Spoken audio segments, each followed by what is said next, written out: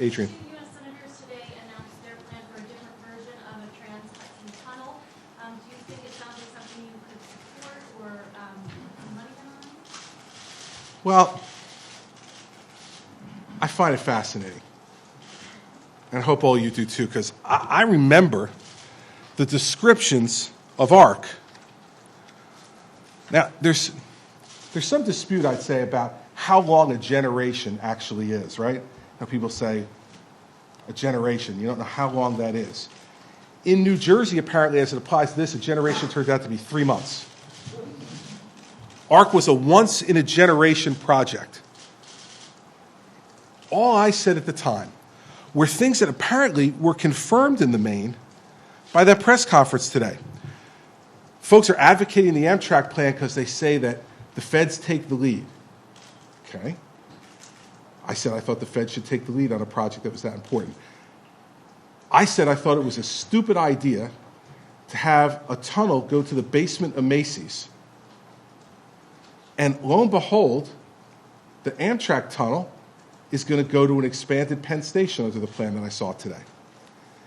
Today, they touted this plan as one that would have better control over cost overruns. Now, the thing I find interesting about that is these are the very same people who were saying months ago that I was fabricating the cost overruns, that they didn't really exist.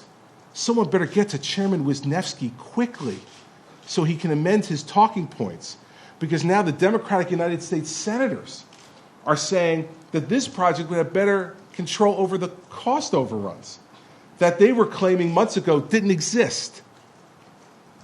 Listen, I've said all along I think we need a second tunnel underneath the Hudson River. I said at the time we should look to partner with Amtrak to do it. I was told by Senator Lautenberg, Senator Menendez, and others that's impossible. It takes 30 years for it to happen.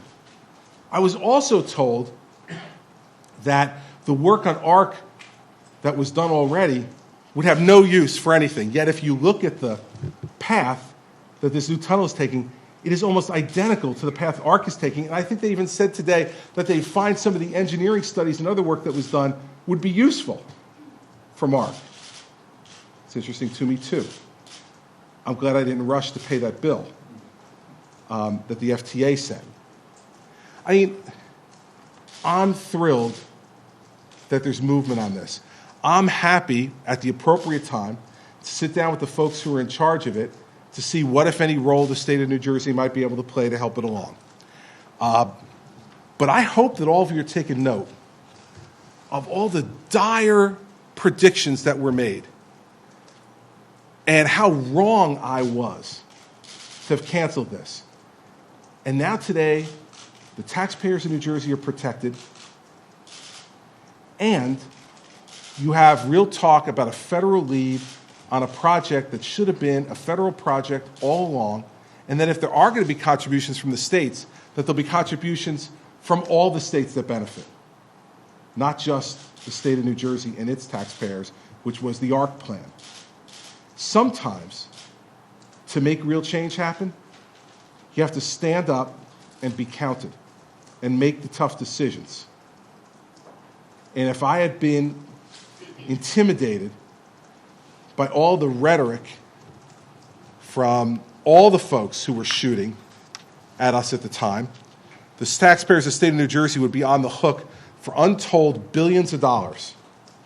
Now, they will, I hope, if this plan works, benefit from having a second mass transit tunnel under the Hudson River, have it go to a place where they can actually connect with the east side of New York, have them go to a place where they can connect with other mass transit, and have it done in a way that will be protective of cost overruns, because the feds, in fact, would be the people in charge. And why would you ever want a separate Amtrak tunnel and a separate New Jersey Transit tunnel?